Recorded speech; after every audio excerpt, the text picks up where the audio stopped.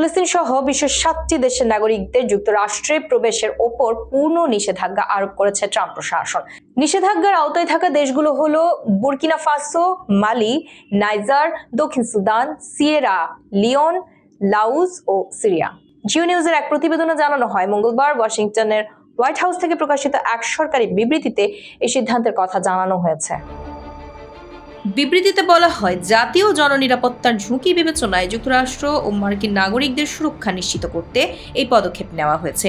সংশ্লিষ্ট দেশগুলোর ক্ষেত্রে নিরাপত্তা যাচাই, স্ক্রিনিং ও তথ্য আদান প্রদানে দীর্ঘদিন ধরে গুরুতর ও স্থায়ী ঘাটতি লক্ষ্য করা গেছে। হোয়াইট হাউস আরও জানায়, এই নিষেধাজ্ঞা 2026 সালের 1 জানুয়ারি থেকে কার্যকর হবে। এর আগে গত নভেম্বরের শেষ সপ্তাহে যুক্তরাষ্ট্রে 19টি দেশের নাগরিকদের অভিবাসন সংক্রান্ত সব কার্যক্রম সাময়িকভাবে স্থগিত করেছিল।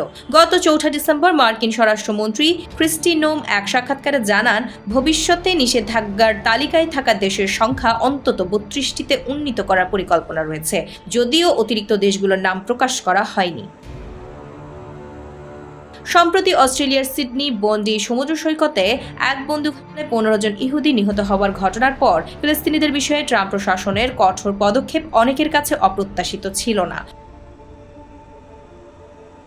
তবে সিরিয়ার নাগরিকদের ওপর নিষেধাজ্ঞা আরোপকে অনেকে বিস্ময়কর হিসেবে দেখছেন, কারণ অল্পদিন আগেই সিরিয়ার প্রেসিডেন্ট আহমেদ শারা হোয়াইট হাউসে ট্রাম্পের সঙ্গে সাক্ষাৎ করেছিলেন এবং তার বিরুদ্ধে থাকা মার্কিন নিষেধাজ্ঞাও সে সময় প্রত্যাহার করা হয়েছিল।